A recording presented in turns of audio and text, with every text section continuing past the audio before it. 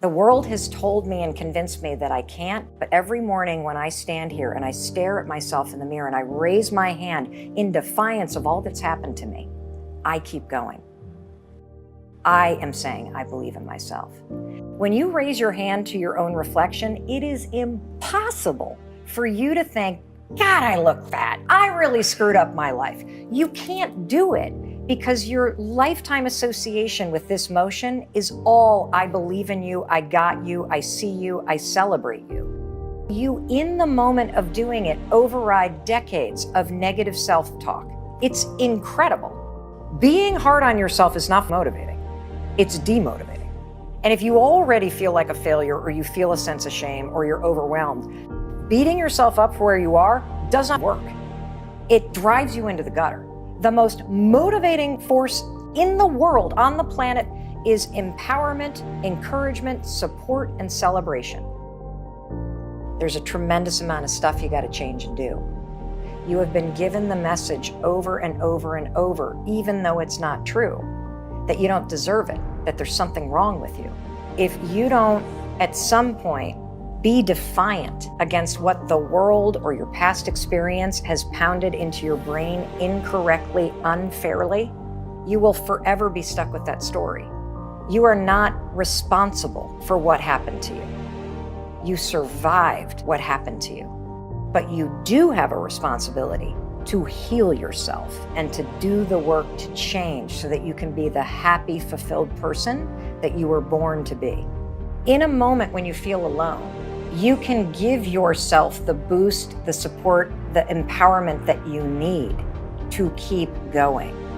When somebody high-fives you, you feel seen, you feel heard, and you feel like somebody has acknowledged you for the unique person that you are.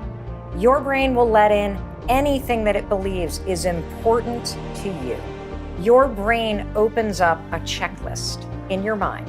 And now your brain, once it puts this item on your checklist, it will store the checklist in your subconscious. Your filter will change in real time how you see the world. You now know how to change your brain to work for you. It is unbelievably cool that you can change the way that you view the world. If I can change what I see based on what I tell it, maybe if I got serious about not constantly saying I'm a failure, I wouldn't attach that or see it everywhere.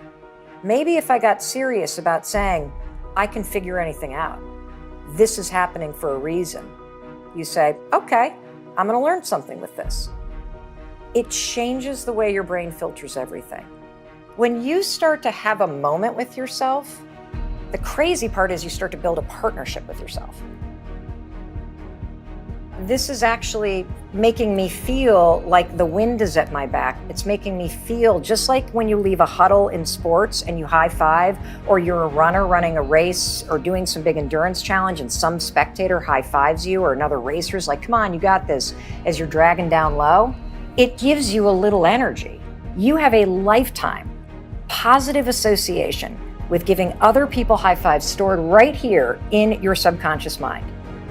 The simple idea of high-fiving yourself, of encouraging yourself, of supporting yourself. Most people, when you have an aha moment and the door to your new life opens up, instead of going, I got this, let's go, and high-fiving yourself to step forward, most of us go, I don't know if right now is the right time to do this. I don't think I'm good enough. I've failed so many times, I can't go through that door.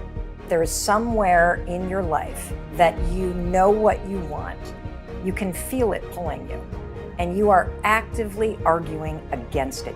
You're bringing yourself down. You're beating yourself out. Just how much people are holding themselves back and how much pain people feel. Folks know what they dream about and what they want. And yet they're spending all of their time and energy arguing against what they want. You can have all these epiphanies if you don't take action. The aha moment is the door that opens, but your new life does not begin unless you step through the door. It's so easy to see what somebody else should do. It's so easy to cheer for somebody else.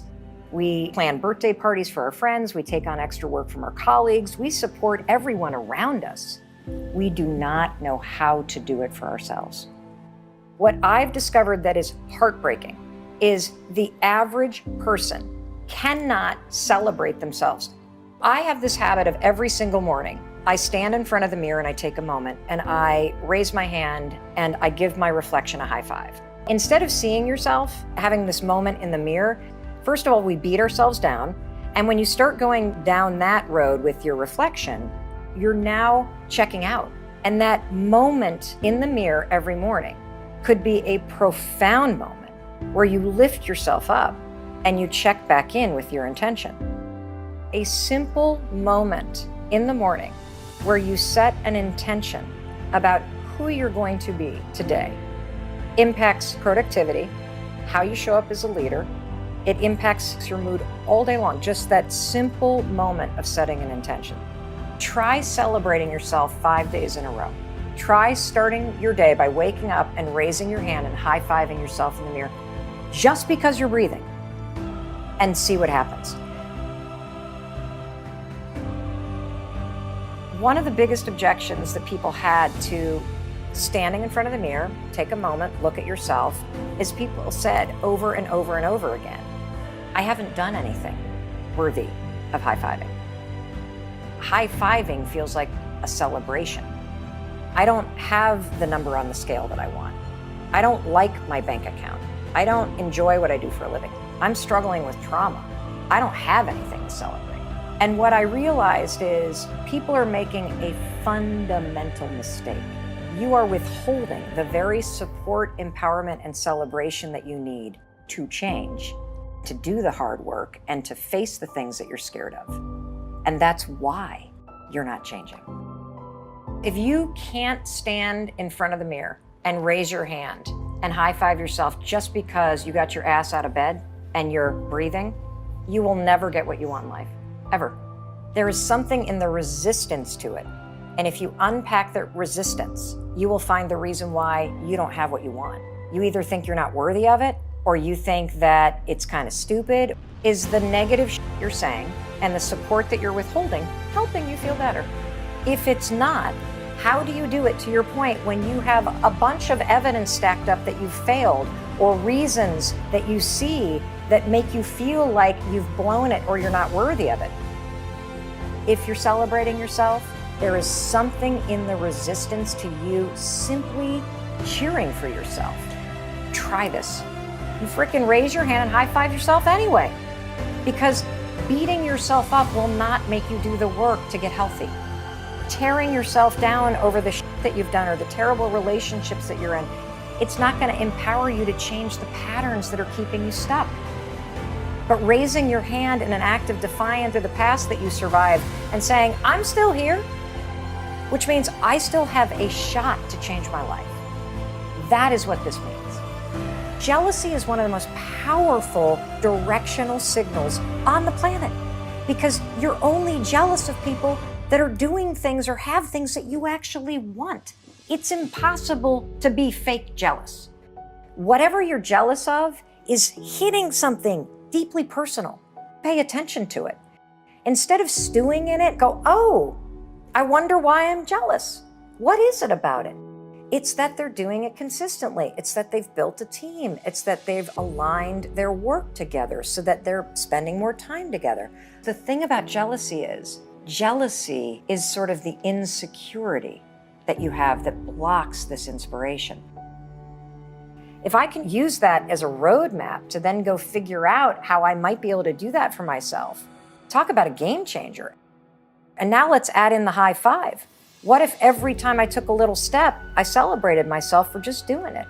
Now you're building small wins and momentum in a direction that's meant for you. That's how you change your life.